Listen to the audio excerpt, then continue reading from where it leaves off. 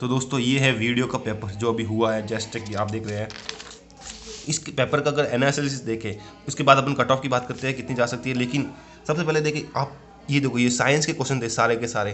तो मतलब साइंस का ऐसा लेवल था कि मतलब आप मान सकते ना, आप इजी भी नहीं कह सकते और ज़्यादा टफ भी नहीं, ठीक ठाक था, एवरेज ऑनर एवरेज जिसने पढ़ा है साइंस ठीक ठाक था वो कर लेगा, और इतना इजी भी नहीं था ऐसा मेरे अकॉर्डिंग। तो बाकी जो जीके हैं, अगर जीके की बात करें तो जीके बहुत इजी था। जीके आप नॉर्मली कोई भी कर सकता था जीके, तो आप समझ सकते हैं। बाकी थोड़ा बहुत अगर करंट की बात करें, करंट में भी पॉसिबल थोड़ा सा अच्छा लेवल का, मेरे अकॉर्डिंग तो अच्छा लेवल का था। और ये जैसे को ये देखो, एक सवाल था सूखा जो क्षेत्र था, मतलब उस किस पंचवर्षीय योजना, अब उसमें अपन को पता है, अपन ने याद कर रखा है 1973 के आसपास का था। अब उसमें भी इसने क्या पूछ लिया, पंचवर्षीय योजना कौन सी थी, तो उसको रिलेट करके तो ये थोड़ा अच्छे लेवल का बना दिया गया है। मतलब ये ठीक था, कुछ क्वेश्चन थे, बाकी जो ये जो मिलान करने वाले थे ये तो सारे लगभग ईजी थे, कुछ एक आधा को छोड़ के बाकी सारे मतलब हो रहे थे। बाकी ओवरऑल देखो, मैं अगर बात करूँ तो जीके इजी था, और साइंस ठीक ठाक इजी से थोड़ा आप।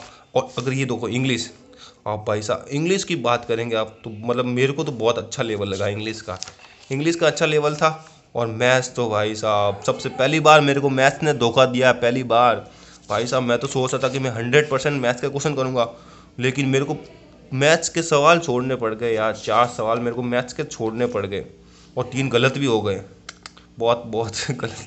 फिर अगर बात करें हिंदी के, तो हिंदी ऑन एवरेज ठीक था, इजी था, बहुत इतना कोई टफ नहीं था। इंग्लिश हो गया, और कंप्यूटर ठीक ठाक था, जिसने पटवार में पढ़ रखा था उसके लिए बहुत इजी था।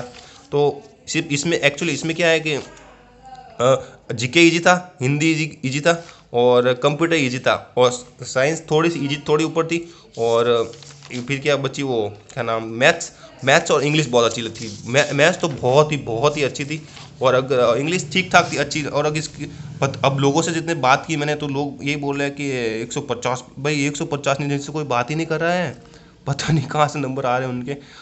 बट अगर कट ऑफ की बात करें, कट ऑफ कितनी जा सकती है मेरे अकॉर्डिंग, अगर मैंने जो पेपर दिया, अब जो बंदा पेपर दे के आएगा वही बता सकता है बेसिकली। तो अगर जनरल है, ओबीसी, एससी और एसटी, अगर इनकी कट ऑफ की बात करें मेरे अकॉर्डिंग, तो कट ऑफ जनरल की 155 के आसपास ही रहेगी, 155 प्लस।